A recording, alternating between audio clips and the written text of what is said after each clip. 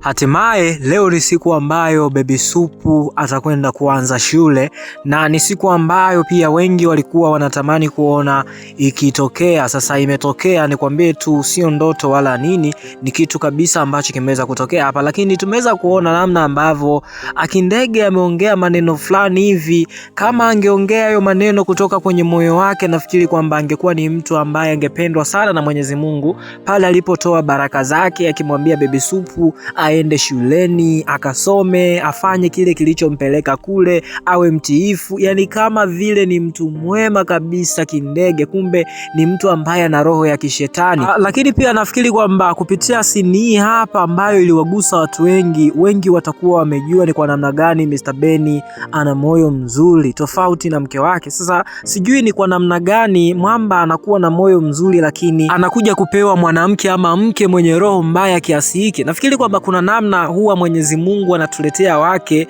kama majaribio tu, yani anatupa jaribu la mke. Kitu kama hiki hapa nafikiri ndio kitu ambacho Mr. Benny anakipitia, kwa sababu kwa moyo mzuri alionao, namna anavyompenda Baby Supu kama jinsi ambavyo wazazi wake walitakiwa wampende, yani anampenda Baby Supu kama mtoto wake, ni kitu ambacho sio kila mtu anaweza kukifanya. Sasa ndio maana nimesema kwamba huenda Kindege alikuja kwenye maisha ya Mr. Benny kama jaribu tu, yani ni kama jaribio fulani hivi ambako Mr. Benny amepewa kwenye ya maisha na Mwenyezi Mungu, kwa sababu hakustahili kabisa kuwa na mke kama Kindege. Lakini pia tuliweza kuona Kindege aliweza kutilia sumu kwenye kinywaji. Yeye alifikiri kwamba ametilia sumu kwenye kinywaji, kumbe mwenzake Baby Supu alishajua kitu anachotaka kukifanya, akamwekea kama mkono, sumu ikawa inaingia kwenye juu ya mkono wake. Kifupi ni kwamba haikuingia kwenye kinywaji. Sasa majibu yatakuja kutoka pale tu ambapo ataona hali ya Baby Supu haibadiliki, kwa sababu aliweza kuambiwa na Jenny kwamba hiyo sumu inaua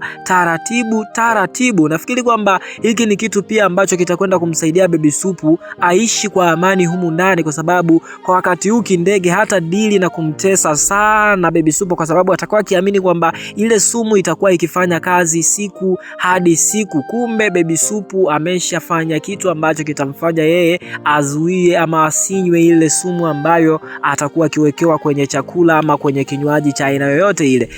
Itakuwa ni bomba sana kama utasubscribe kwenye channel hapa ya Anova Films.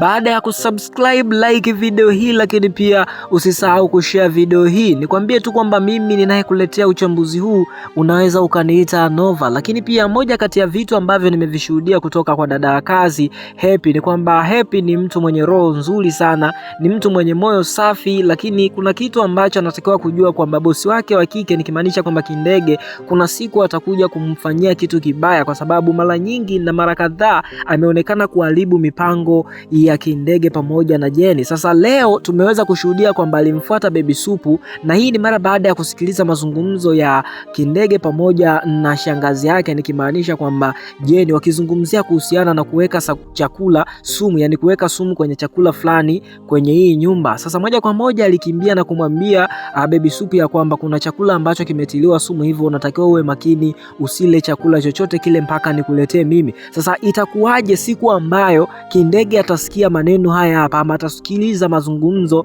ya Baby Supu pamoja na Happy? Kwa sababu siku zote Baby Supu akikaa karibu na Kindege huwa wanazungumzia yale mabaya ambayo anayafanya Kindege. Sasa nafikiri kwamba Baby Supu anatakiwa kuwa makini, kama hata kuwa makini anaweza akampoteza Happy, kwa sababu Happy ni easy sana kuweza kuua, ama ni mrahisi sana na ni mlaini kuweza kushikiliwa na hawa wajinga akina Kindege pamoja na Jenny kama hatakuwa makini. Lakini pia niliweza kuona kitu ambacho ni cha kipekee sana kwenye hii episode ya tamthilia bomba kabisa ya Mtoto wa Ajabu. Ni pale tu ambapo Farida aliweza kumdanganya mtaalamu Mr. Sebiga akamchukulia maji moja kwa moja, yeye akakimbia mpaka nyumbani kwake, yani kwa mume wake Mr. Kanone. Bwana ulishawahi kuona hata siku moja unaenda kwenye nyumba yako alafu unamkuta mtu fulani hivi anakuitia mwizi, yani anakuita mwizi huko nyumbani kwako, na wewe moja kwa moja ukakimbia nyumbani kwako? Basi hiki ni kitu ambacho kimefurahisha sana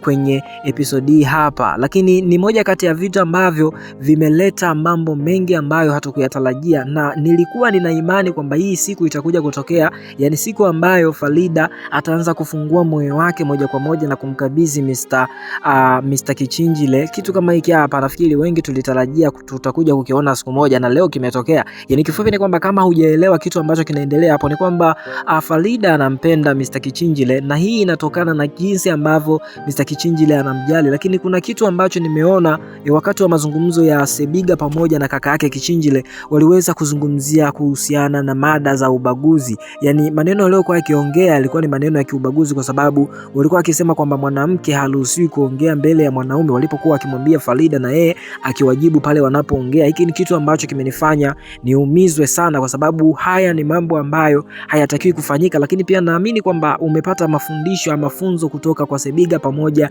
na Kichinjile kuhusu kile walichokuwa kikifanya. Yani Kichinjile kumwambia kwamba Farida hatakiwi kuongea, yani hatakiwi kupandisha sauti pindi ambapo anakuwa anaongea na wanaume. Hiki ni kitu ambacho kinaonesha ubaguzi. Mwanamke kwa wakati huu ana haki ya kuongea na mwanaume, ana haki kuongea pale tu anapokuwa akijibizana na mwanaume wake ama na mwanaume yoyote yule, kwa sababu wote ni binadamu. Haijalishi kwamba huyu ni jinsia ya kike ama huyu ni jinsia ya kiume, wanatakiwa wote wawe na haki sawa kabisa. Lakini pia tumeweza kuona kwamba kuna maneno ambayo nafikiri kwamba hayakufaa ama hayakutakiwa kabisa kuzungumziwa kwenye tamthilia. Ni maneno kama chupi. Nafikiri kwamba walitakiwa kutafuta maneno ambayo ni rafiki, kwa sababu hizi tamthilia zinatazamwa na watu wengi ikiwemo watoto. Sasa mtoto anaposikiliza neno chupi inakuwa haileti maana, na mtu mzima hawezi kuangalia na mtoto wake ama watoto wadogo wakati ambao maneno kama haya hapa yanatumika kwenye hizi tamthilia. So nafikiri kwamba ni vema na ningeshauri maneno kama haya hapa